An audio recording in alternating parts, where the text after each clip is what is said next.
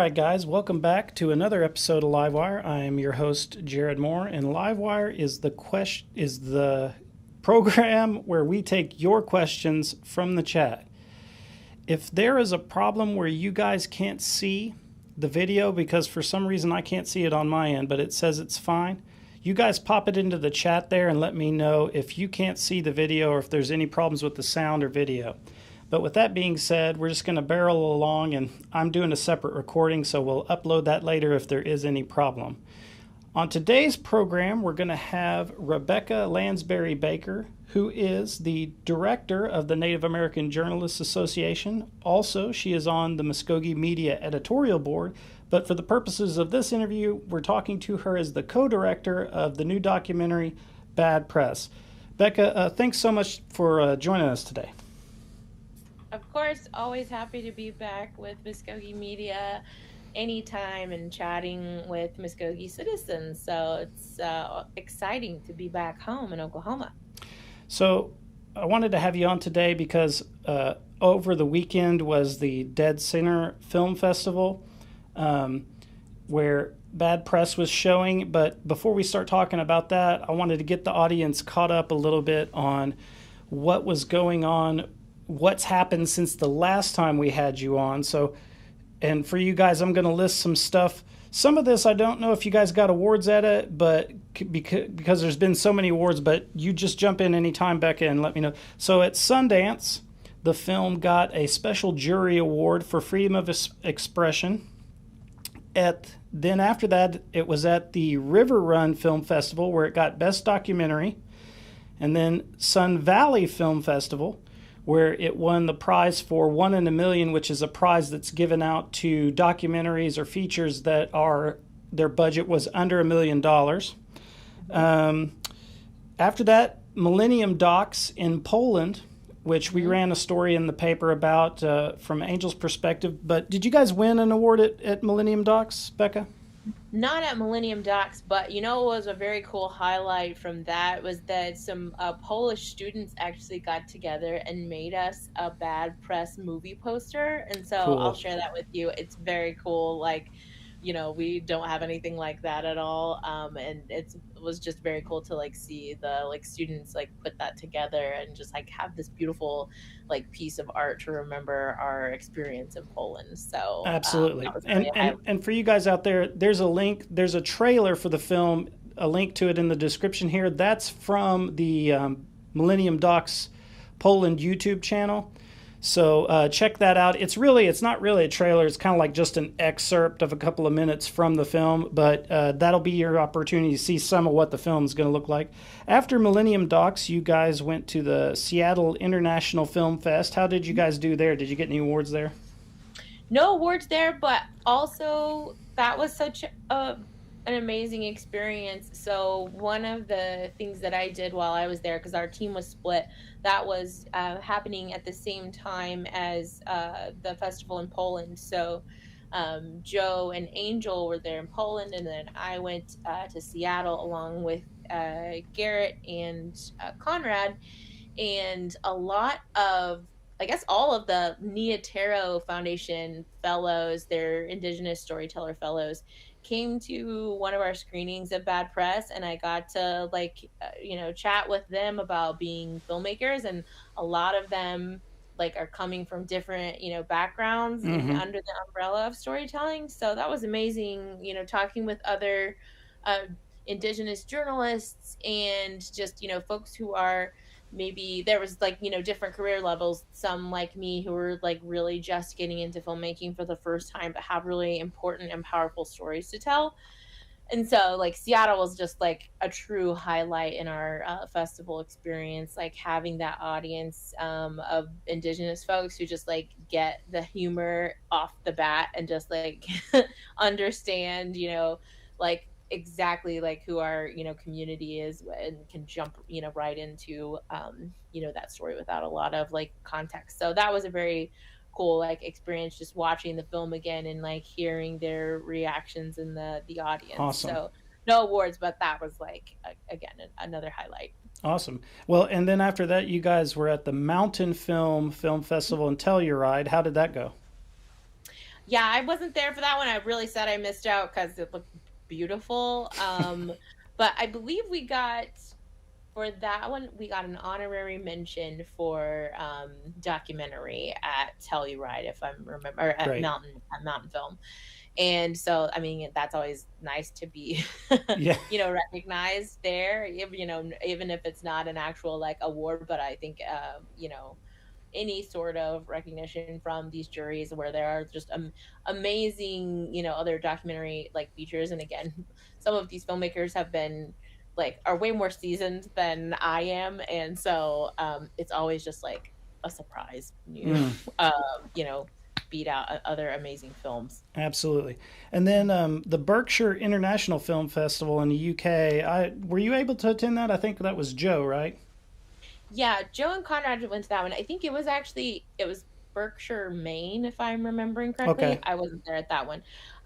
But that is also another best feature documentary win. So that was, again, very exciting. And, this week we have coming up DC Docs. So Angel and I will be going to Washington, D.C. for that. This is the first DC Docs Festival, so really excited to be part of it. And it's really structured around like the connections between journalism and documentary filmmaking, so I'm particularly excited about that one. And then Joe and Conrad are on their way to Sheffield International Film Festival and that one is the one that is in England. And let me see if I can look up which award we're up for. It's Tim Hetherington, I believe, like the Tim Hetherington Award. But again, like if you look at that category this for this particular festival, these are lots of stories about like not just journalists but like dissidents across the world. Like there's stories of happening in China, in Ukraine,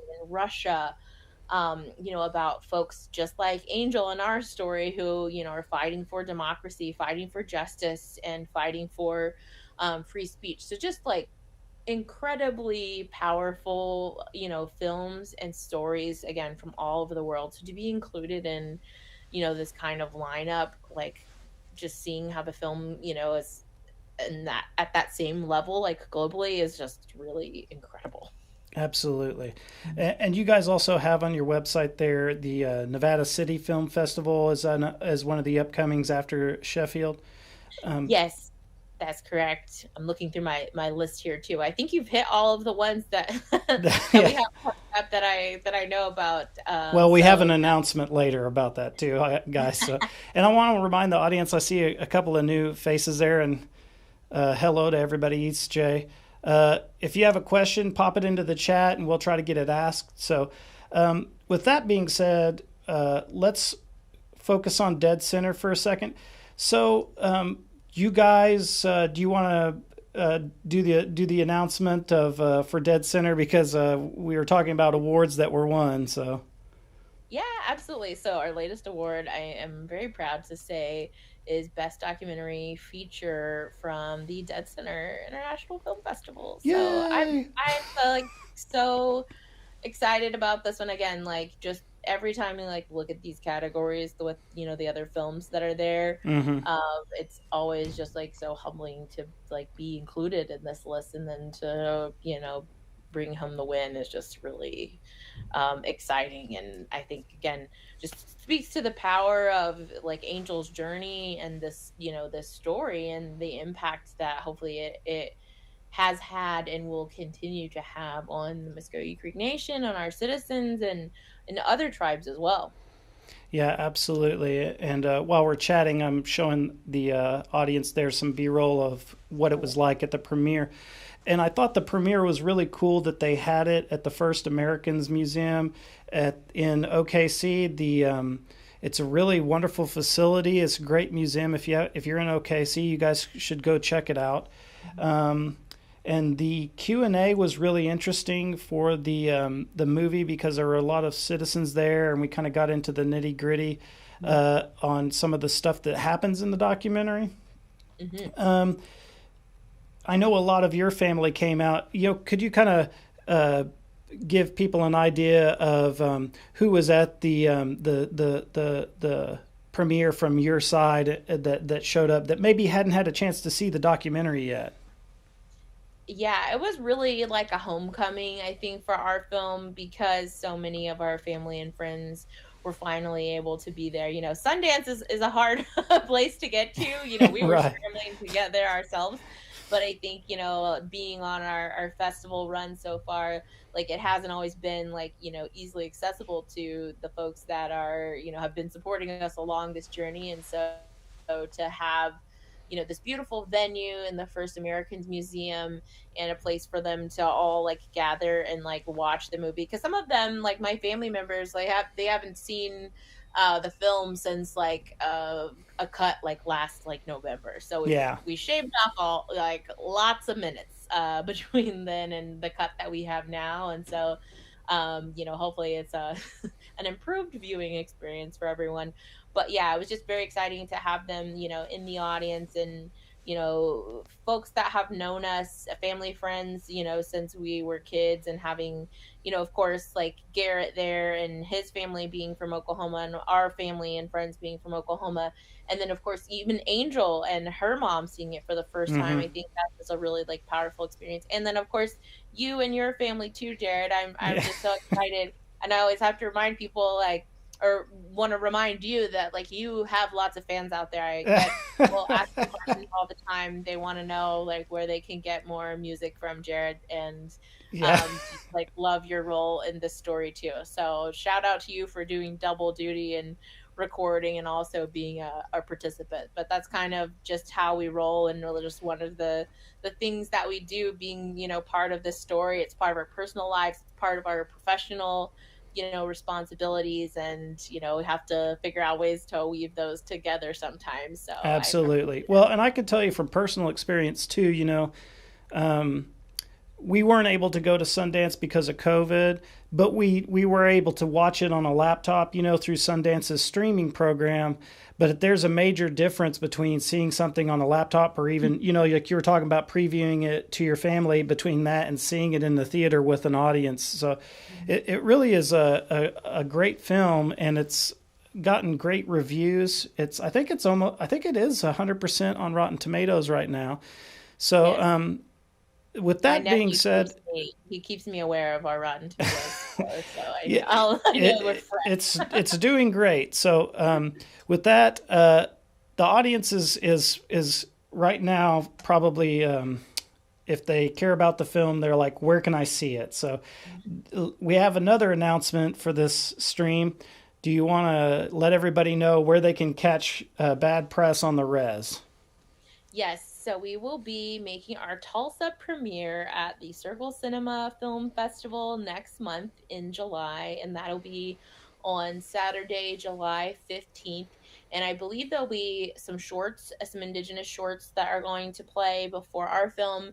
And then we're also planning a reception. There will be voter registration booths, since we know we Awesome. have elections coming up for a Mm-hmm. couple different tribes in the area, including the Mvskoke Creek Nation, and then also some native catering. So I don't know if we have the confirmed details for that yet, but I can tell you to expect some good Indigenous foods at the reception. And Awesome. so very excited to be there at Tulsa. And we were so sad that we had to cancel the first round too. So I know people are like, you know, when are you going to be in Tulsa again? Right. So Right. this is, you know, are going to be our Tulsa premiere. And so I think it worked out even better than we were planning on it the first time, to be there in conjunction, you know, with the festival. So there will definitely be, you know, of course, in addition to Bad Press, lots of other great films to see. And Circle just does an amazing job of highlighting Indigenous talent, Indigenous stories. And so, yeah, we're very excited to be a part of that. So I don't think that their schedule is live yet. So it's a scoop for sure, but we definitely want to give people a little bit of runway so they can make their plans to be there with us next month. Absolutely. And I'm not seeing any questions in the chat from anybody, but so we're getting close to the wrap time. So if you guys want to get a question in, you better get it into the chat so I can see it. Now, I did want to talk a little bit about, and there's a link to this website in the description of this video, the Bad Press Film website. there is a Freedom of the Press website survey on there. What is that, and what's the purpose of it? Yeah, so as part of our impact campaign, for the film, it really, my intention as one of the directors was always to, like, how can we use this as a story to engage and, inform tribal citizens, voters, and then also, like, for those tribes that want to take the next step in, adopting free press at the legislative level, at the constitutional level, we've kind of now have this roadmap to do that. And so that was one of the goals, like the main goal of our impact campaign for this film. And, as part of that, I think trying to gauge the interest of, citizens at the individual level. And then, beyond that, like if the tribal governments themselves are like ready to take those steps, or maybe they're not ready yet, they watch our film and they are inspired to do that, like, that's ideal. So I think having a way to just like collect that information from folks, and see where they're at in the press freedom process was our intention with like building, the survey. And so we wanted to, help in any way we can. And again, that kind of goes back to my work with NAJA at the Native American Journalists Association. That's, a very big piece of our mission is, supporting free press protections, and providing, those templates, including, now the constitutional amendment for the Mvskoke Creek Nation to other tribes who have an interest in pursuing those press freedoms. So again, it really is has to be grassroots, citizen-led, effort. But if you are a citizen from the Mvskoke Creek Nation and you have, input on where we're at with our, laws, or you have feedback you want to share, it's a great place to share that. If you are a tribal citizen of another nation and, bad press has sparked your interest, or maybe you want to see bad press and, have some questions about that, it can, I think, be a great place to kind of like share what roadblocks may be, or just issues that you feel like are important in your like tribal nations and your tribal governments that are not being necessarily like reflected in your tribal media coverage, but you think it should be. So it's just really a good place, I think, to share some of that feedback, so we have an idea of what some of those challenges and successes are within our communities, and so that we're able to hopefully like plug in and provide any resources on the NAJA end around those that are interested in taking those steps toward press freedom. Yeah, and I think it's something that's important to remember too when you're watching this film, is that this film isn't just about Mvskoke Creek Nation. It's also part of a broader outreach to all tribes to get freedom of the press there. And there's going to be initiatives and things that are they're forming right now through grants and other things that are going to try to make this happen at all the tribes that NAJA and everybody can. Is there any? Can we talk about that? Is there any of those things that we can talk about right now happening like on the ground mechanically? As far as I am aware, I know with the 3 affiliated tribes, there was some movement with, possibly crafting a constitutional amendment. And I want to say it maybe had gotten shot down by the tribal leadership, like introduced, but I don't know if it made it very far in the legislative process from what I know. But again, like I know that there are other tribes out there, including them. There's this, again, citizen-led effort, and like again, overcoming those obstacles sometimes of like moving through the red tape and all the bureaucracy and the challenges that come with that is right where NAJA wants to be able to like help and plug into that process. So we're doing what we can with that, but I would love to see, more folks like reaching out and saying, hey, we want to adopt free press protections. Like, what can we do to, start the process? So I think we're still kind of at the beginning of that. But again, I'm hopeful like launching this survey now and having our website up will give people kind of a place to do that. Whereas it's been a little bit like all over the place before. Of course, you can go on NAJA's website at naja.com and, have access, anyone can have access to those free press legislative templates, which is something that we've always, provided at no cost. But again, like this is kind of a next like step of what has your experience been, or have there ever been efforts by citizens in your tribal nations to like add press freedoms. And so it's been interesting on this like journey of talking to other tribal members. We've heard of a couple of instances where there have been like efforts and they like really haven't gone anywhere. So I think for those are kind of the targets that make sense, like that there's an interest there, but maybe they're again just like there's different timing now, and maybe those roadblocks are able to be overcome with a new push. So that's I think what we're hoping for. The survey data from the survey that people fill out on the website, is that going to be published anywhere, or I guess my question is that survey data going to go straight to NAJA to help those efforts, or what's going to be done with that data, and will anybody be able to see it from anywhere?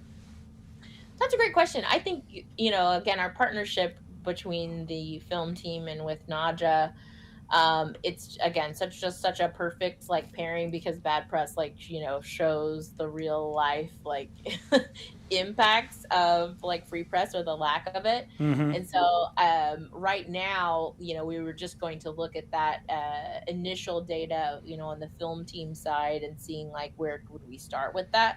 But I think like NAJA obviously like will always like have the access to that, but we don't think at the moment at least that we have plans to publish that. But it's kind of an extension too under the Red Press Initiative that did some rounds of surveys, and I don't even remember off the top of my head how many responses we have, but it's the most like thorough survey that has ever been done back in I think 2018 2019 about press freedom in Indian country. And so with that data, I think that's like we still have that to turn back to, but this is again kind of a secondary like follow-up survey that goes a little more like in depth and allows for those like open-ended responses from folks, and like seeing what they're experiencing and like how we can like plug into that as an impact team. And then again, if there's any follow-ups that we need to do that are extend beyond like what our impact as a film team can do,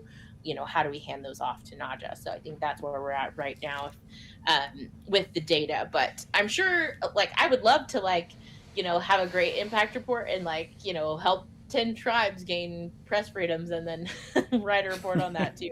Absolutely. But again, just to remind folks too, that survey data is all confidential. And so I know there's a lot of times there can be concerns about like I'm afraid to like speak out and like share this experience, but that is all kept confidential. So if you do decide to fill out that survey, just want to note that too. We won't be publishing your name with your responses too. So feel free to be candid in those responses, because we will hold those internally and not publish anything without anyone's permissions if it comes to something that might be like an incriminating like piece of information or like revealing about who the source is. Right, absolutely. Standard journalistic procedure. Yeah. So the only other question that I have left, and I'm not seeing any from the chat here, but so has there been any news on any type of distribution, either in the theaters or online, for people who maybe can't reach any of these showings?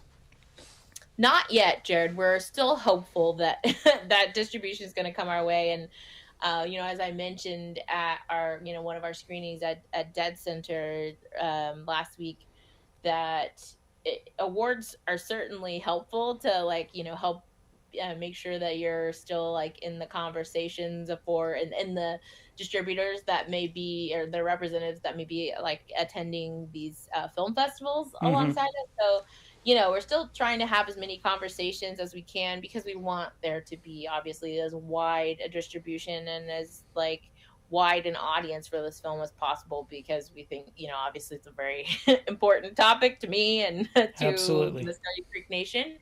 And so I think, the benefits that could have and the ripples, that we could see across Indian country are really like huge. And so again, we're seeing that at the festival, in the festival circuit as people watch it. But I would love to get distribution for this film and, to make it really widely accessible, especially for, this was our Oklahoma premiere, but recognizing that, more than 90,000 citizens in the Mvskoke Creek Nation live all around the world. And so I want every, Mvskoke citizen to have a chance to watch this, not those that are just able to make it to, festival screenings, whether they're here on the, res or, elsewhere. So I would love to be able to make it as accessible as possible to everyone.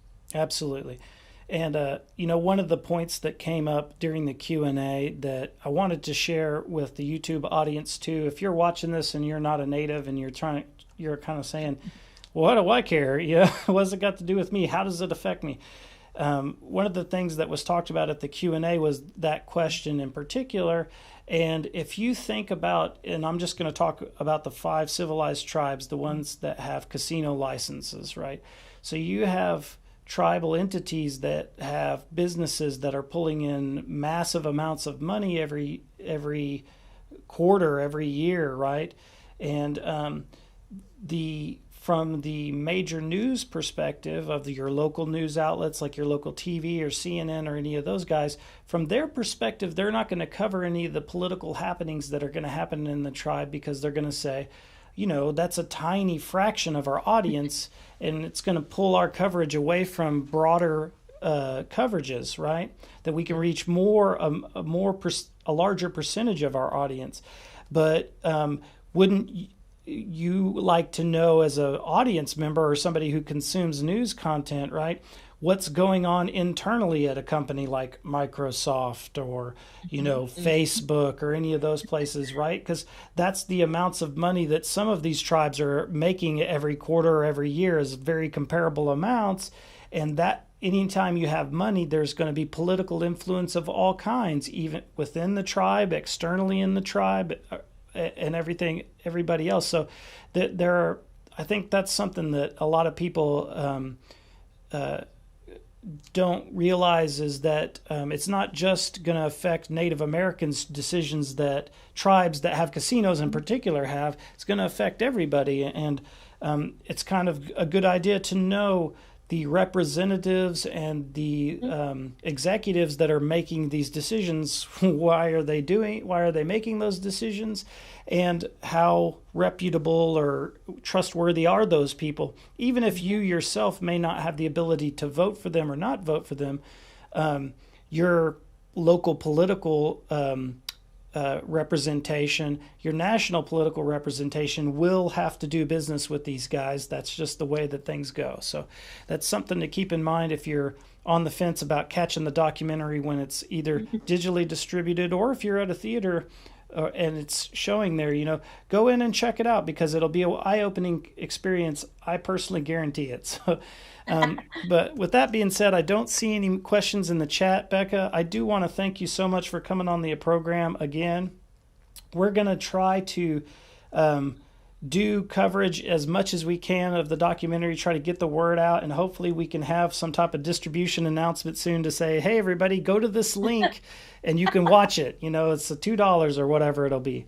For the audience, you guys watching, we have a live wire, or later this week, I think it's a Thursday, is the cut line, where we're going to go over what's in the most recent issue of the paper. So if you want to catch that, the idea with that program is, if you're a citizen that's subscribed and you just got your paper in the mail, sit down. It's at 6 p.m.